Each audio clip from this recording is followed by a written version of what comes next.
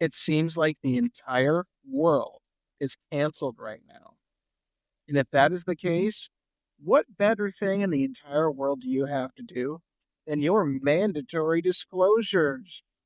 Why are they mandatory? Because the Florida Supreme Court, Florida legislature, and the Florida Family Law Court, even in many cases, the Department of Revenue, all agree unanimously that these are required unless you've resolved your case with an uncontested divorce and unless your case is resolved amicably. If your case is contested, these documents are more likely than not absolutely necessary, hence the word mandatory.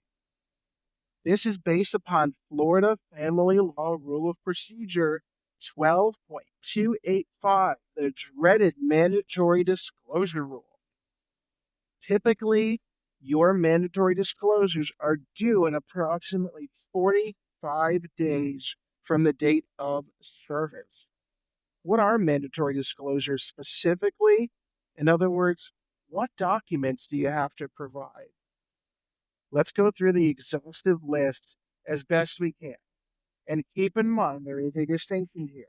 If you are involved in a paternity case, of course, you do not have to provide marital documents such as prenups and postnups. You are not married. Why on earth would you have to provide something that does not exist? Pay careful attention to what each paragraph requires of you. Number one, you must, and this is the foundation of everything in your case, provide a financial affidavit, which might be 12.902B if you earn less than $50,000 gross annually, or 12.902C if you earn greater than $50,000. All federal and state income tax returns for the past 3 years. K-1 forms, if you have them. W-2 forms, if you have them to justify and substantiate your income and financial affidavit. If you are an independent contractor, then your 1099 forms. All of these are for the past year. Pay stubs for 3 months in order to support and verify your financial affidavit.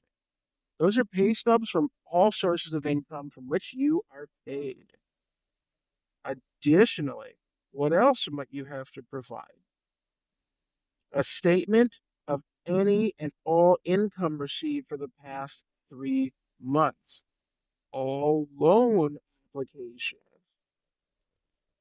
All deeds for property, including promissory notes, whether you owe money or whether it is owed to you. Statements from the last 3 months for your checking accounts, and perhaps as much as 12 months for other accounts, such as savings accounts and money market accounts.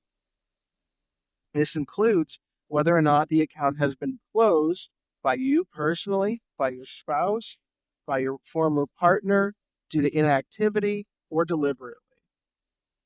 If you used to have an account but no longer do, that does not mean that you're not obligated to provide that information. You are obligated. Brokerage account statements. This might include, of course, 9 and 10 kind of merged together in the list. This might include IRAs, 401ks, Roth IRAs, SEP retirement accounts, other retirement accounts based upon maybe Florida retirement system, or perhaps a military pension TSP account. Declarations pages for insurance policies, for life insurance, health insurance, and perhaps any other insurance such as dental and vision. Corporate partnership and trust tax returns for 3 years. Of course, if you do not own a corporation, if you do not have a trust, if you are not a member or a partner within a partnership, then of course those documents do not need to be provided. Promissory notes for 12 months, credit card charge statements for at least 3 months, lease agreements for apartments and other properties, premarital agreements, perhaps a postmarital agreement, depending on what kind of an action this is. All documents and tangible evidence supporting a claim of special equity.